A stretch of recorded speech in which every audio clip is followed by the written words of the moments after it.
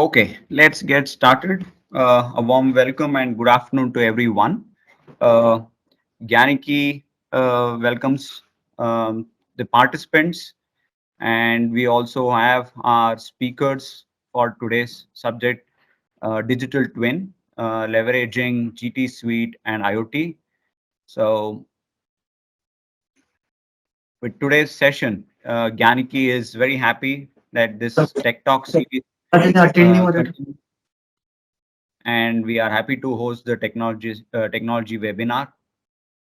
So let's give. I would try to give a quick overview about our speakers today.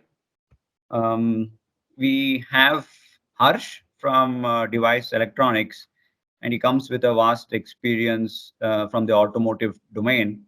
He has worked in the areas of engine, vehicle, system integration, after treatment, and he continues to offer his expertise as the Chief Technology Officer at Devise for e-mobility. And today we have him speaking through use cases of using digital twin. And coming to the introduction of Hitesh, Hitesh is working as a solution consultant at Gamma Technologies. His main role continues in the field of understanding the challenges and problem statement for various industries, and also with the conventional domains of hydrogen fuel, internal combustion engines. And today, most of the discussions will be towards the electrification domain, but for sure, you will have an touch of overview of other domains as well. So earlier, Hitesh was working for RI for almost a dozen of years, and then he now leads to the system simulation group. So warm welcome to both our speakers, Hitesh from GT Suite and Harsh from Devise. So we have this webinar today for about 90 minutes. So we are going to walk you through digital twin technology, which is being well heard in today's ecosystem. This is it establishes connection between a physical system and virtual model. And now I hand over this session to both Hitesh and Harsh to walk us through the agenda, which we have about 6 agenda points, which we will cover to the 90 minutes, and also taking up questions. My request to the participants, please stay muted. And then if any questions are there, you can put it on the chat box. We will take that up. And in between, you will have some poll questions. Please do answer them. So Hitesh and Harsh, it's all your time now. So Hitesh, you can please share your screen. Okay, yeah, thanks, Pramod. I'll keep my camera off. Okay, so yeah, welcome all for today's topic of discussion, which is digital twin leveraging GT Suite and IoT. So next, maybe 90 minutes, as mentioned, we will take you through this digital twin and how it is relevant in today's world. So when I talk about the digital twin, right? So there are a lot of questions people ask, what is digital twin, etc. So it's basically in today's world, what I can say is interacting the real and the virtual world. And I couldn't think of a better image than this because every day in the morning, right, when we look into the mirror, we interact with twin, and only difference is that one is real and other is virtual. So simulation is always a digital twin. It's relevant nowadays, I would say, considering the evolution of the IoT, basically Internet of Things. We can easily get connected to the real world. And therefore, as a user, we are interested to know how our product is behaving in real world. So it can be related to a diagnostic, or it can be maybe related to a model validation, for which maybe the earlier data was not available, and now once the product is launched in the market, now you are interested to know how it is behaving in the real world, and then what are the gaps, if any, whether we can improve that further. Also, it can be related to prognosis, or it can be even related to safety. So as I mentioned, in today's world, as we are talking about the telematics, evolution of the 5G technology, etc., more data is available from the real world, and therefore this interacting with the real and virtual world makes sense. Also, when we talk about the simulation, the maturity of the models over the period have increased, and maybe due to the physics-based model, and where now GT Suite comes into picture, we are because we solve all the physics related to different domains that I will just highlight. And now we have the more confidence on the model, and it's not only limited by the physical sensors, but also the virtual sensor data is now available in the digital world. So if I talk about today's topic of discussion, this image is a better, I would say, considering the technical or automotive domain. So this is recently presented by Volvo in our conference, and then they were talking about the digital twin, their perspective about the for the truck application, and how it is going to help them for cabin thermal management, and then how they are getting that data. So this case study will come at the end. Till that, hold on. But sorry. So no, there are different audience today, and then they're attending webinar. They have the different perspective, right? But they are solving maybe the same challenge, the same methodology they are interested into. Also, they want to interact with the real world and the digital world. So it can be, I can talk about, let's say, system. When I talk about the system, it can be a conventional system or complete electrification. So conventional, when I talk about the diesel, gasoline, that conventional, or maybe in today's world, there is importance of the hydrogen ecosystem. So hydrogen IC engine or different kinds of blend or to reduce the carbon credits. We have the alternate fuels. When I talk about electrification, we have the battery side or maybe to fuel cell electric vehicle.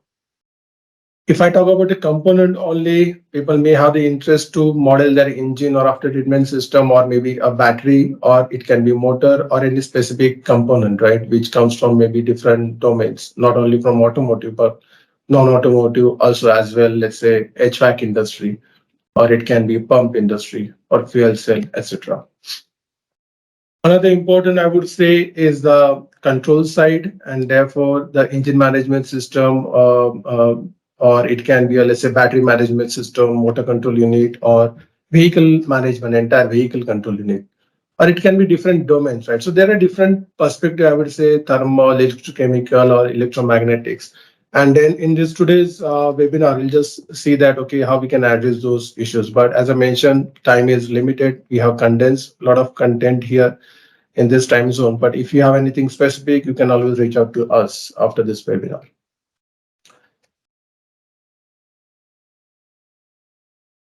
Yeah, so what are the contents today, right? So I will take you through this digital twin, what are its characteristics, how it's relevant, right? And then how we can apply the GT's different solutions. So I have taken the example from the battery world, but as mentioned, it's not limited to battery, but different domains. The methodology would be the same.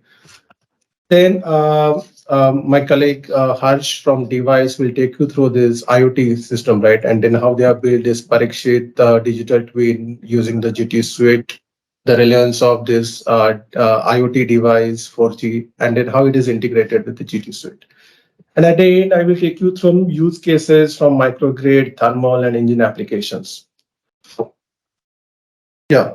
So when I talk about the digital twin, right? So what is digital twin? So digital twin is nothing but a virtual representation of a physical product with a tight connection between the two worlds. So now we have the interest to interact both the world and then they should talk to each other, right? Or the telematics.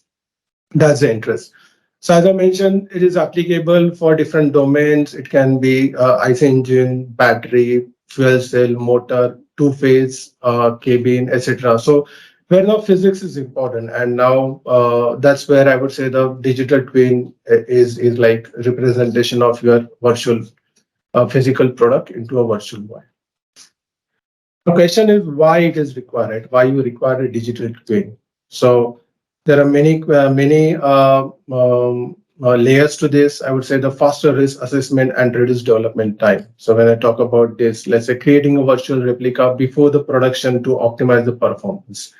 Identify those possible failures which will happen in the real world, and therefore we can improve the product or maybe reduce the physical testing time, and then maybe we can minimize the risk of the product failure. Another interest could be the predictive maintenance, where we need to analyze the data, right, which is coming from the real world, and then we can predict, okay, whether that particular component is nearing to its maintenance, and accordingly we can damage failure for that particular product.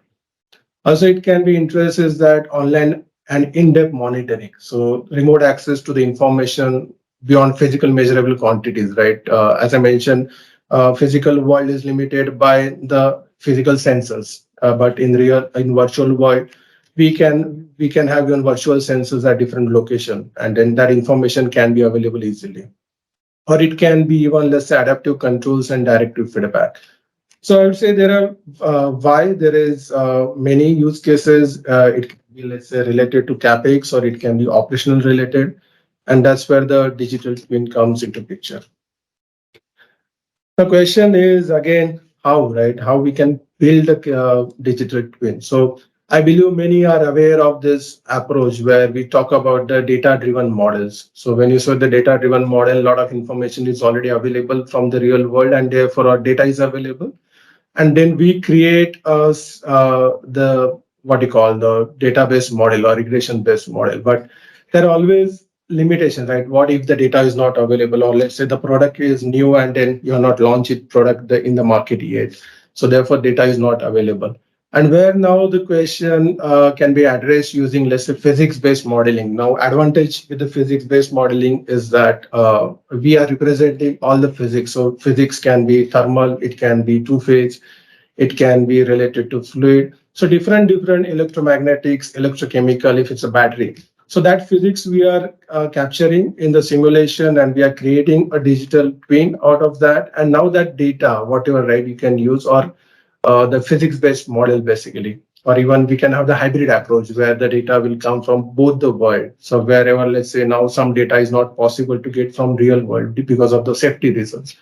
So those data can be easily generated using the physics-based model. So there, I would say there are different approaches. One is a physics-based modeling, data-driven model, or it can be a hybrid approach. The question always comes, right? Then what characteristics as a digital twin, as a model, right? What are those important things? So obviously, when it comes to digital twin, it should be accurate and predictive enough. It should be rooted to its physics, right? It should be robust and then flexible, fast running, modular.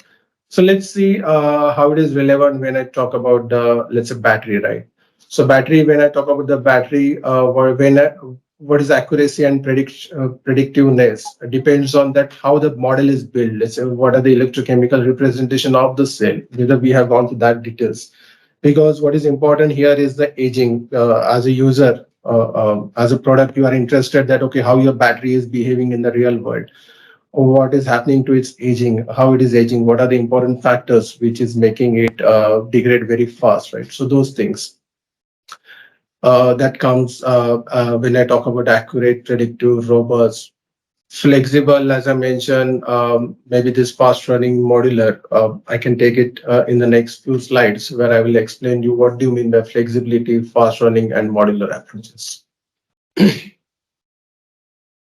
So here we have interesting case study from a Devise where they will take you through this Parikshit, what they call, right, the vehicle, or maybe uh, the dyno they have prepared, and then I will leave it to them to explain that. So let me take you quickly through this, how we can apply this GT's battery solution, right, to the digital twin. So let's take this example. Now this vehicle which has the battery, right? And then now this battery will have a lot of sensors. So the sensors will have, let's say, will give you cell temperature, state of charge, calculated values, then battery current, battery voltage, or cell voltages. So these information may be available at your end. Now it's very interesting that, okay, how you send that data over the cloud, and then that data where now this device IoT comes into picture. That, okay, what are the things which are important when you send this data over the cloud, and then also how this data can be again fetched back over the air, right? Maybe for improvement. So this is a requirement where, let's say, this data is now sent, and now this data is available for a end user, right, over the cloud. So he is integrating that data to the model, and then understanding that, okay, what is happening with that data, what is the situation, what is the status of that particular battery. It can be related to state of charge improvement, or it can be related to the state of health.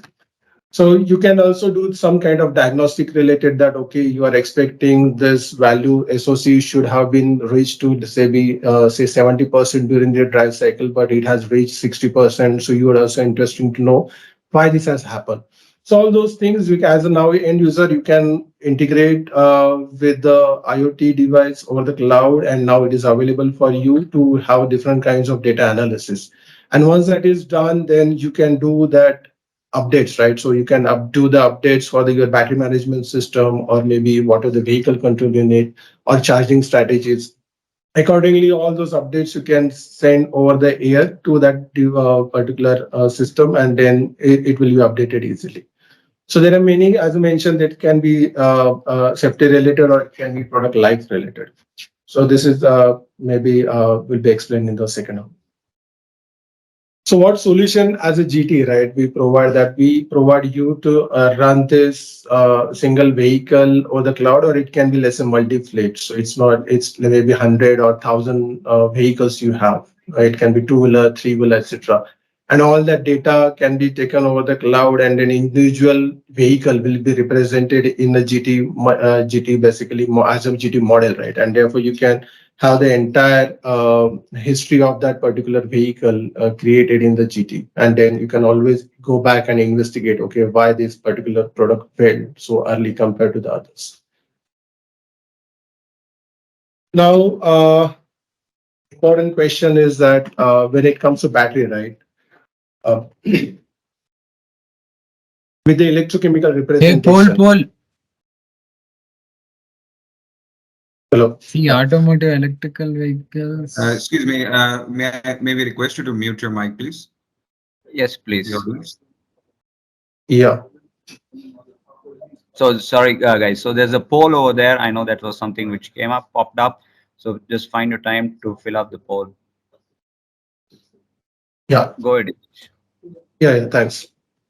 Yeah, so this is electrochemical model of the cell, right, which is very important, as I mentioned, which will have the representation for the real life behavior, which is degradation mechanisms, aging, swelling, etc. And therefore, this will decide, because the model, what are the digital twin model you are creating, is the heart of this entire digital twin. So if you are missing the physics, then you are going to lack some information, right? Then you don't know why it is that particular happening. So as a GT, we allow you to create a very detailed high fidelity model for the battery cell, battery pack, entire. And that's where now the accuracy and the predictive or forecasting of your product depends.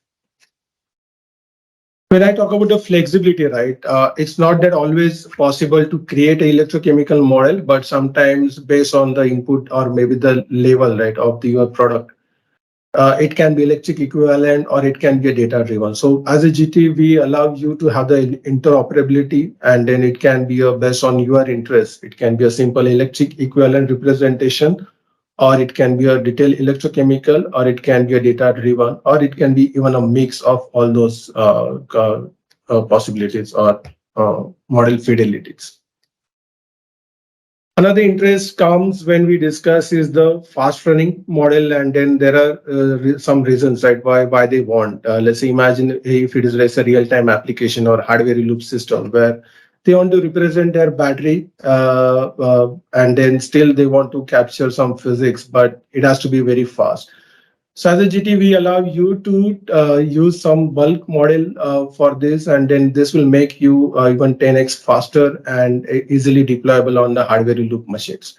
Another example could be to make it faster is the let's say what diffusion model. So that diffusion we will not solve, and then we can create some regression, some fitting for that particular diffusion model, and then it can be used. It will be then even faster for your hill deployment.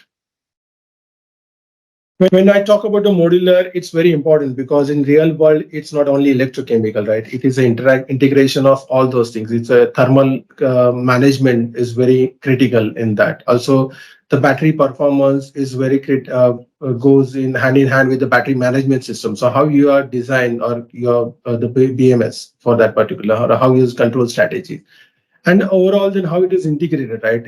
How it is integrating with inverter, motor, etc. So as a battery, as a end user, right, you should have that flexibility where you can then use the multi-physics platform, and then you can have all those layers address. It's thermal, it's BMS, control strategies, or integrated, or even let's say tomorrow, if you are interested with the thermal safety of that particular product, let's say thermal runaway zone. So it's like a modular in nature, and therefore, when it comes to digital twin as a characteristic, right? So we talk about the modular flexibility, etc., and it really matters that way. In a nutshell, what I want to highlight is that physics-based is very important. It has to be data-driven, or it can be both, right? So that's very important. The interchangeability within those particular models.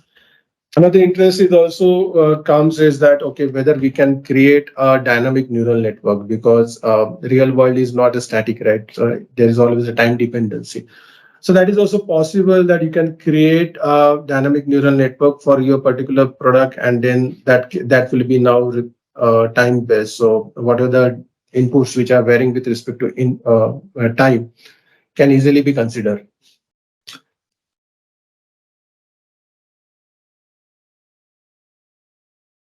Now the question is, okay, now once digital twin is built, right? What are the end use? So as I mentioned, it's not limited to only for let's say cloud application, but it can be battery management system or hardware in loop machine.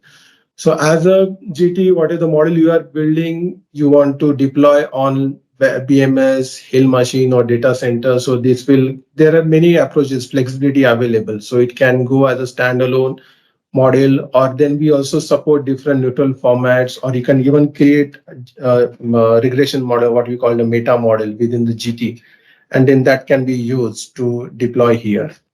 Always we allow that integration with the Simulink, and therefore it's possible for you to integrate with different deploy that model for the different hardwares. Another question always comes, right? What if data is not available? Listen, what if your product is not launched in the market, or you want to create some data which is huge, right? So something like GT as a big data generator. Now imagine you have the digital twin ready for that particular, let's say, domain. It can be battery, as I mentioned. So we can use that GT tool, right, to create a big build, let's say, big design of experiments. It can be 1,000 or 10,000 experiments, or even more than that, depending on the requirement.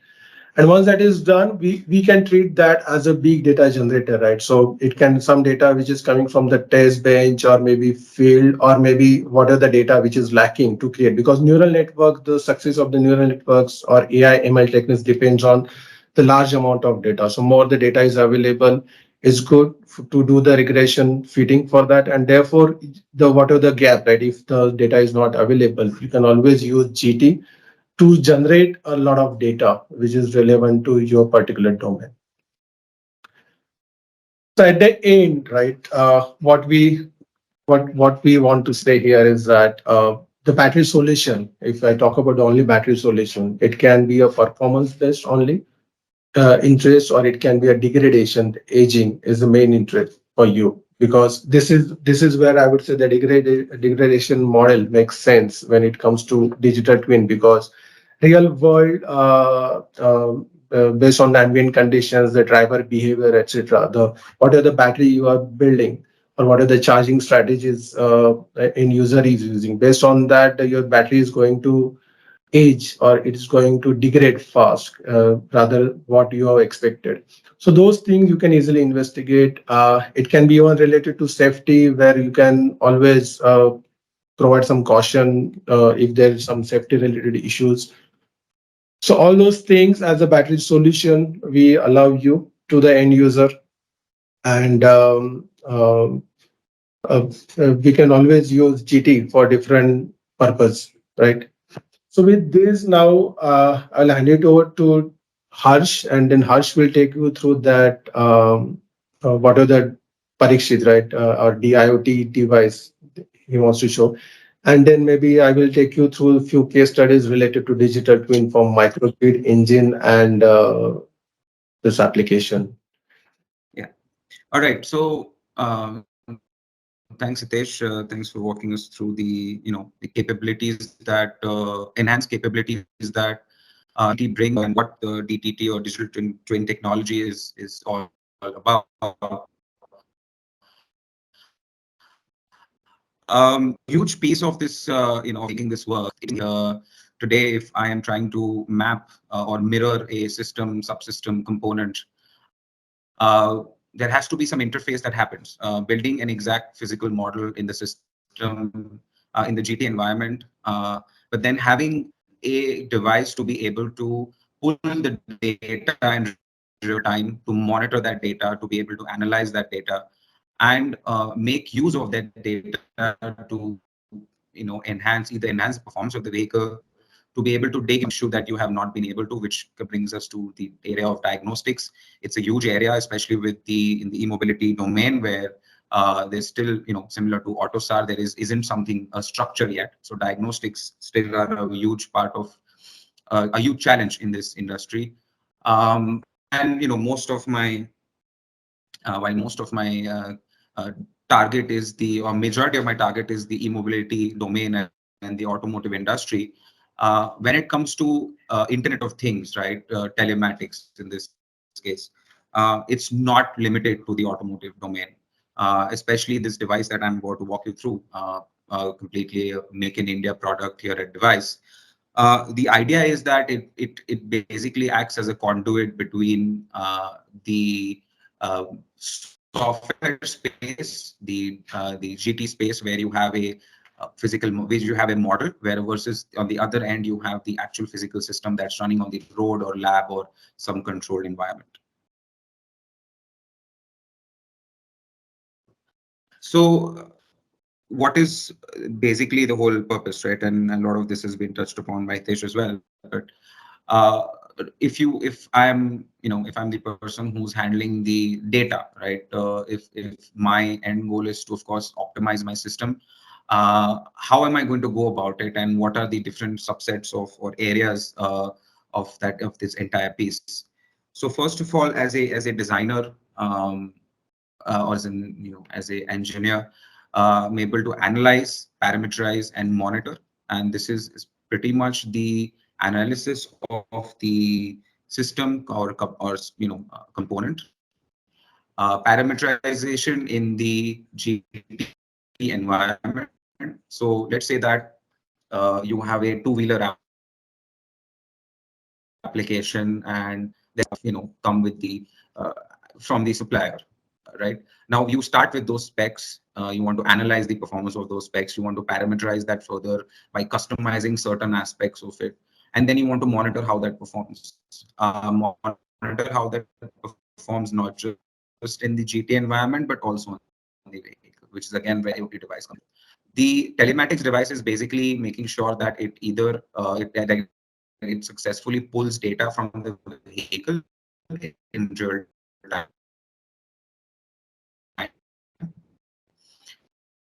feeds it, and via, at least in this environment, back into the GT environment, wherein that model gets updated or optimized further, where you have a very safe and time efficient manner of processing that data or processing multiple scenarios, and then having that fed back into the actual vehicle. So long story short, at the end of the day, the biggest advantage that this setup brings is that you're able to run just so many more scenarios than you otherwise would. To give you a very relatable example, nowadays we have vehicles being launched, high number of vehicles being launched, right? And if you may have noticed, the number of recalls have increased substantially, right? And this is because the more sensors that are used in a vehicle, the more electronics that are used in a vehicle, the more algorithms that are trying to run and trying to optimize the performance of the vehicle, the higher the chances.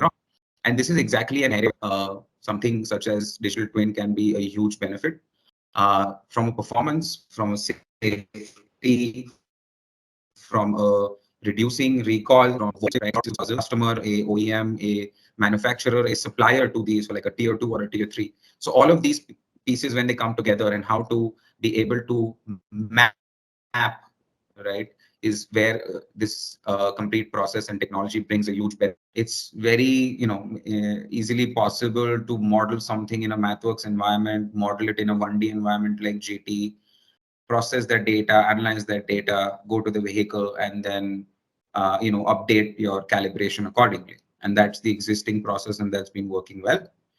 Where this DTT aspect and more importantly the IoT, right? The IoT brings a party piece to this, is that now you're able to do it in real time. The time taken to process data, the amount of data that can be processed, and the amount of iterations that come down drastically, is where this entire piece comes together, and where the advantage of telematics becomes very, very apparent. Now, talking about what data, right? What is the sort of data that we would want to pull? Again, our primary focus is the automotive domain, but as you can very well imagine, that a telematics device is pretty much industry agnostic. So a lot of this information could pretty much also be fed into other applications depending on what the end use case is. So first and foremost is the vehicle sensory data, right? This is very much been around for a while now. I think sensors vehicles would not be anywhere close to as efficient and optimized that they are today, that without having sensors. So from temperature data to wheels to road load data to ADAS related features, these sort of inputs become very important to, of course, at one end, to map the performance against a manufacturer spec, right? That could be one reason. To be able to diagnose issues that you otherwise are not able to via your existing diagnostics. Uh, Also, so fault finding can also be something that this can be a very efficient way of doing that or implementing that.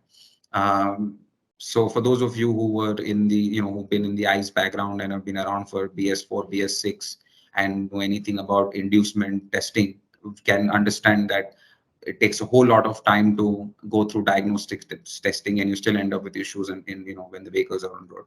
So that's one area where this can be hugely beneficial and time saving. Vehicle performance, that goes without saying. I think everything pretty much ties into vehicle performance at the end of the day, right? Some of the newer areas, V2X, ADAS, autonomous, the idea being that now you're able to map. So here, even here, a lot of this works with radars, lidars, cameras. There's degradation that happens with these sensors as well.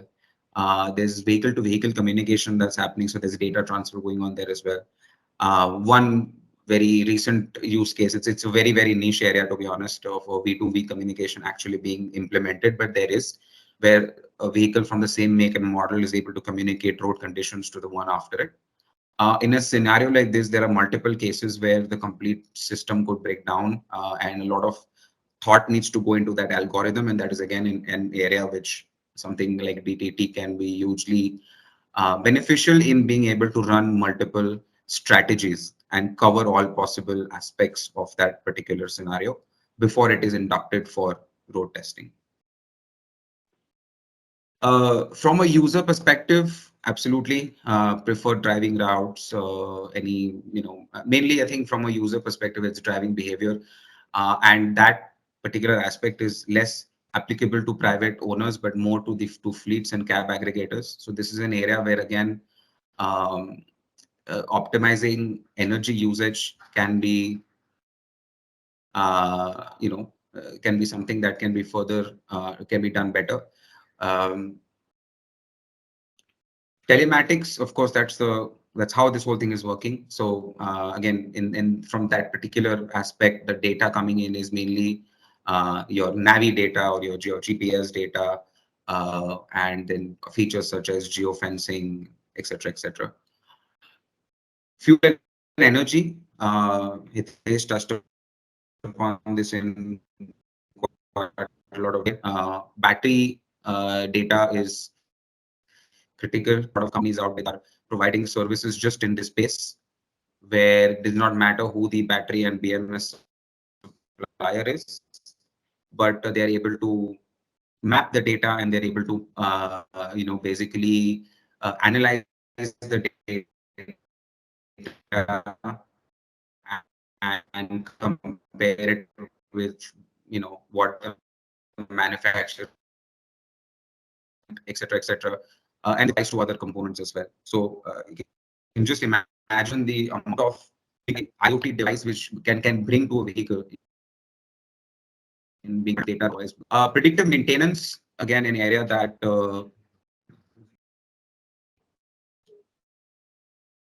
predictive maintenance, again, an area that when I touched upon the aspect of component degradation characteristics and overall life cycle. And last but not the least is the environmental aspect. Vehicles or systems running in different weather conditions, altitudes, how the performance has to be adjusted accordingly to still get the optimum out of it, but at the same time not affect the component in the life of the components, right? So I think pretty much it's quite understood that there is really no area or no domain of a product or a vehicle in this case development that cannot be included or come under this umbrella of DTT, and how to be able to optimize the complete process of product development. This is self-explanatory, but the main piece here is this IoT product that I just had mentioned before. It's a completely make in India device product. It's currently already on running on multiple applications in the industry, and currently it is 4G compliant with 5G in the works. And it's also something that's being used in applications outside of the automotive domain, especially in the ESS space. So, all right. So, without further ado, there's a little bit more stuff I want to go through with you, but I will walk you through I'll bring up a video of the vehicle that we have built. Basically, what this is I'll give you a brief highlight. Devise went to the Component Expo and wanted to showcase its products. And the products are the vehicle control unit, IoT, custom battery pack, etc., etc. And we are trying to figure out the best way to do so. Turns out that we had an old Ather lying around, and basically we used building a mobile test rig that can also act as a portable dyno. Creating a test rig called as Pariksha. I hope you can Pariksha is a hear it, pinnacle right? test vehicle Yeah, designed it and is. developed by Devise Yes. Electronic Private Limited with all its benchmark hardwares like VCU, IoT, and HMI. Parikshit test rig was developed with an idea to bridge the gap between bench testing and dyno testing phases, providing a central process between the two test phases and to enable endless tunability of SI. IoT-based remote diagnostic applications, electronic component validation along with the customizability to use multiple two-wheeler configurations.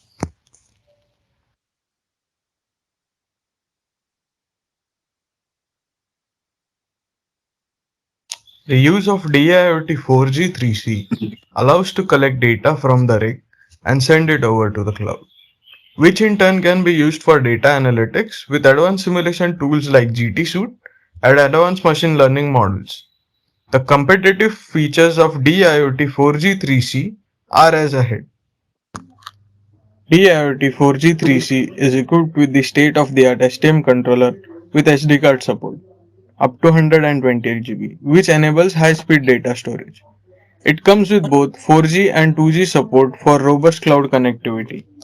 Additional features including Bluetooth 5.0, Wi-Fi, GPS, RS232, RS485, and CAN connectivity with 3 channels which helps us transfer data at faster speeds to cloud-based digital twin model. Its OTA or over-the-air update feature is the backbone feature in digital twin technology.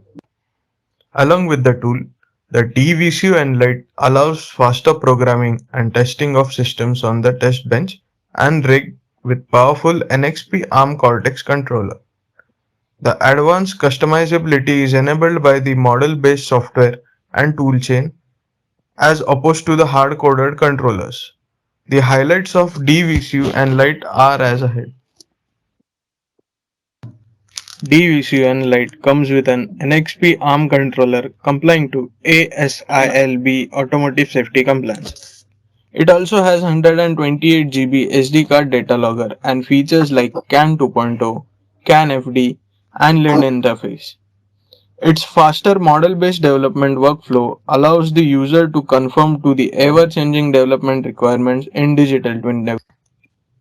With DVCU installed on the system, the Parikshit rig allows for the customization of the vehicle modes and their limits on the rig itself via an HMI interface, without even going through the trouble of flashing an VCU with the controller.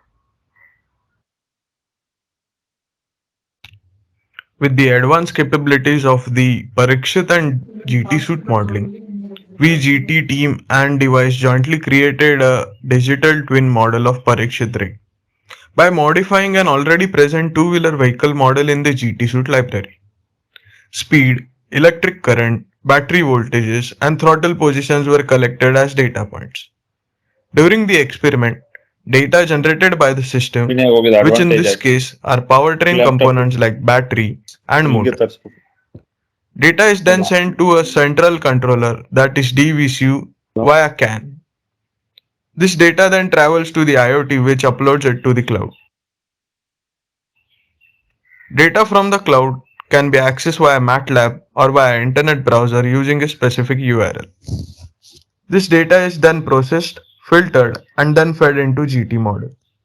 The present GT model uses speed as input and produces voltage data and current data as an output. The difference between the model and real data was minimized by calibrating the model parameters until near zero achieved. Thank you for watching. Enjoy the webinar ahead. Thank you, Hitesh, for playing that. I think we also have switched on to another network. So, Harsh, probably you may take over again and share your screen, please. Yes. Is it visible? Yes. Okay. So that was the brief snap of walkthrough of what we have been able to um, build and how we are leveraging that to further use the complete DTT technology along with GT software to be able to optimize that road load work that is ongoing. So just a quick overview, which already I think you may have seen this in the video, but the IoT and the vehicle control unit are both solutions that are completely built, designed in-house by Devise and very much auto grade compliant. So if there's any detailed questions or inquiries, we can take them up in Q&A.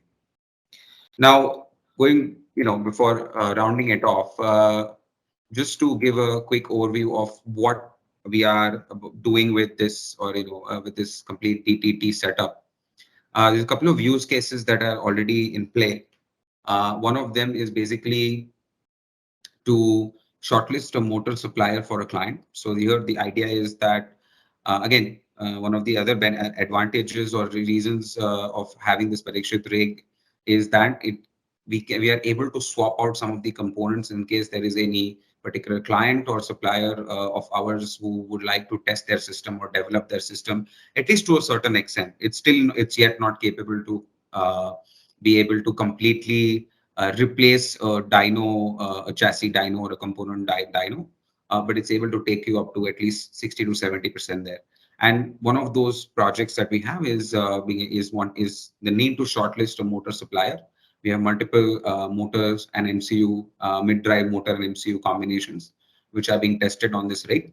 And we are running various data points, and with the eventual goal being to shortlist one that works best for this application.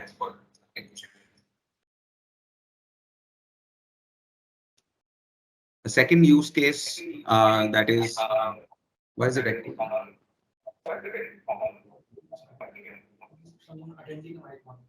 Can we switch it off? Yeah, thank you. Okay.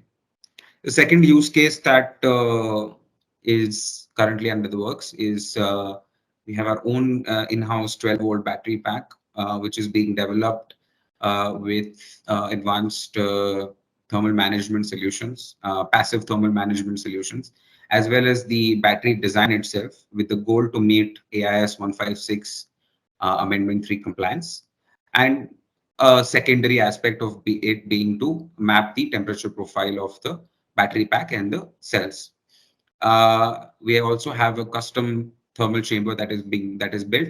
So basically, the idea is that the DTT environment will be used to map the performance of the battery, and that will be compared against the performance in the thermal chamber to see that when it is at its when a particular cell has reached that 300 degrees Celsius point, whether it affects the rest of the pack or we are still able to be disconnected from that aspect and therefore comply with AIS 156.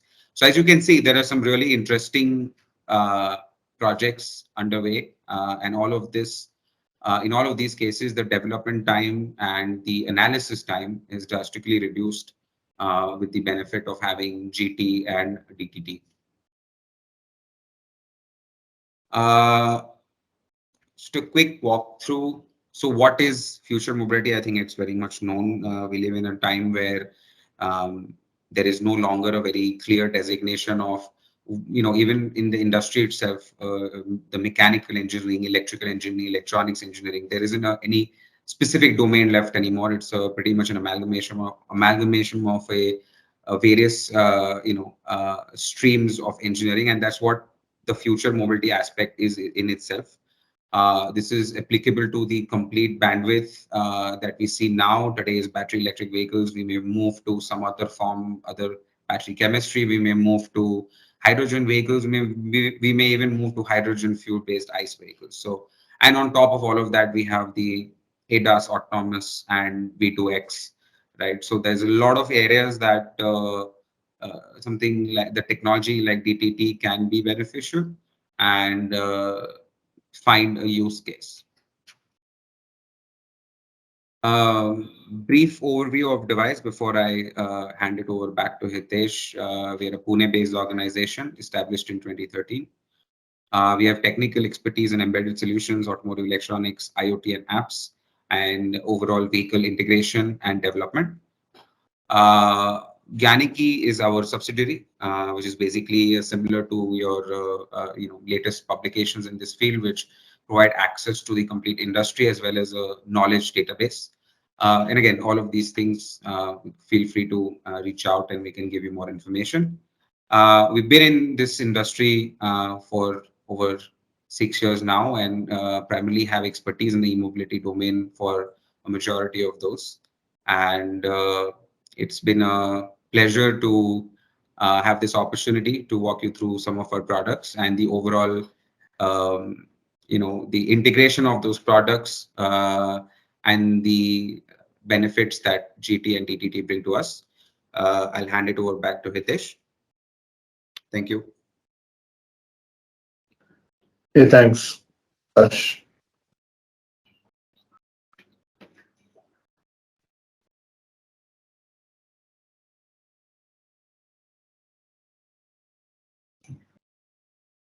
Hitesh, you want to share your screen, please? Yeah, yeah, just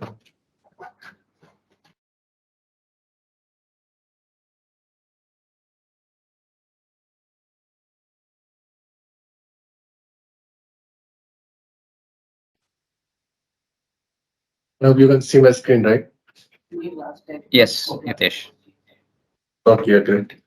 Okay, yeah, thanks, Harsh. I'll make it quick. We'll keep some time for question and answer. So a few case studies I'd like to highlight here. So this is what I talk about for Volvo, cabin thermal management from how they use the digital twin and their use case for validation of the cabin thermal management. So what they have mentioned here is that conference that basically theoretically validate that product would meet its requirement, and you can see that right, the representation of physical truck versus the virtual truck. So basically, digital twin, they have calibrated the simulation models with the real-time input data, which they got it from the physical truck. They use it for the validation of their model, and now they can use it to have, let's say, future performance, right? How it is going to impact, let's say, ambient temperature is going to impact the cabin performance, etc., the cabin load. And nowadays, it makes sense because of electric vehicle, you have to be very optimum with your cabin load. So if you see their model, it consists of everything related to cabin side or maybe the HVAC load, which comes from the basically vehicle, cooling system related, power electronics or in cabin, also the entire refrigerant loop. So it's very detailed, complex model. And if you have interest, definitely you can see our case studies available, which is already published from World. The second interesting case study comes from this digital twin from Cummins, where they have showcased that okay, how it can be used in the conventional IC engine when the diagnostic comes into picture. So imagine scenario where their truck or maybe whatever the product right in the market, they have some kind of fault which is now flashing on the dashboard. So kind of traditionally, what it will happen is that they will get this dashboard, this DTC or what you call the diagnostic trouble code, and then they will go to the service center. Center guys then will go and see the uh, possibility, right? What are the reasons why that particular error code has happened? So now here this digital twin comes into picture, and then how they have done is basically they have created a engine model in GT Power, and then they have created a lot of data out of the different failures, right? Possible different kinds of DTCs, and then what are the failure reasons for that, and then so once that DTC comes, flash, it will go to the cloud, that cloud data, then it will capture that particular transient event, it will run that, and then it will give the possible reasons that, okay, why particular that fault has happened. So let's take example is a boost low. So let's say compressor outlet pressures are very low, and that DTC has been flashing on that particular dashboard. So um, there are seven possible reasons, right? Failed intake throttle, failed turbocharger actuator, or maybe that there's a charge leakage in that. So there are so many reasons. Now imagine if that particular driver he takes the vehicle to the service station, then as a service guy, he will have to go see. He will have to go through different possible root causes, right? So it can be a throttle war, VGT actuators, etc. So instead of that, now imagine they got the priority that, okay, now what they have done is at the background, they have run the GT model, and now accordingly, they have prioritized that, okay, the first possible reason is the leakage in the charge cooler plumbing, and therefore, as a service guy, he will now directly go and check the leakage in the charge air cooling. So first, he will see that, okay, whether that is the reason. If not, at least so this will help him to narrow down the root cause, and therefore it will reduce the time, right, downtime of that particular vehicle. So this is how they presented that now this data, right, is that particular low boost pressure level DTC has been captured, and now that data has been sent over the cloud, and now at the background, the GT model has been run, and then what is the best possible root cause, which is matching the real world scenario. So that is where you can see the simulation versus measure, and that's how the use case. Now, this is not limited to only engine, but imagine it can be, let's say, any domain. It can be a hydrogen IC engine, or it can be related to fuel cell, or it can be battery, anything. So this is the main use case, I would say, diagnostic related and getting the root cause that, okay, what is the possible reason? So here they reorder, reprioritize that, okay, the first possible reason could be leak in the CAC plumbing, second could be intake system, exhaust manifold, intake throttle wall, etc. And then that will really help. Another use case I would say is, let's say, microgrid application. So you know what is microgrid is basically it has let's say all the possible configurations. It may have, let's say, solar system, wind turbines, and then energy will be coming from the grid. On top of that, it has, let's say, battery which is used for the storing of those energy. And then now you want to see that, okay, how those performances. So basically, let's say, real-time data, right, collected by the sensor. So it is basically the wind speed or solar radiation and temperatures. And that data, you want to know, optimize that, how it is going to basically impact, and then how you can optimize the control strategy for power usage, or the power which is coming from the wind versus the solar power generation. So what is the best time to use the wind power versus solar? So this optimization, then it can be done. So this is what they have done. This is microgrid example where the best performance, minimum energy consumption, and optimum battery life has been done using, let's say, cloud or digital twin here in a way. So the whatever microgrid, they are represented in a GT suite, right? And now you can see here is that it's not limited to that for one particular application, but it can be useful for any domain, automotive, non-automotive application. So if you have anything specific in mind, let us know, and then we are happy to help you.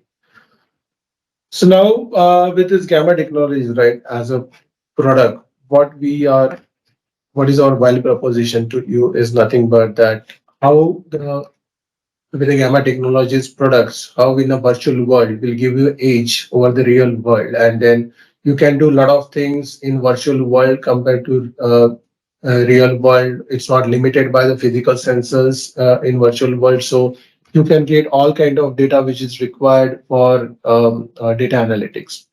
And then we are already helping a lot of OEMs here, and companies like Log9 or maybe Xride from battery side, maybe Tata, Ola, etc. Havells from non-automotive domain, Sun Mobility. So let us know if you have any particular query here. So before summarize, maybe just quick introduction from Gamma, those who are new to Gamma technologies. So we are headquartered in Chicago, USA, but presence in Pune, India, Pune. We have this office, and then we are founded in 1994. So for almost last 30 years, we have grown our products starting from only pure engine to now complete electrification, or even, let's say, future ready with fuel cell electric vehicle or electrolyzer related requirements. Also, we have solutions in the space of power electronics or battery, as I mentioned, and obviously the vehicle and engine related. We have many such case studies available, and therefore I welcome you to join the vibrant GT community. We have a lot of publications available on this side, and if you have interest, just go there and download which is required.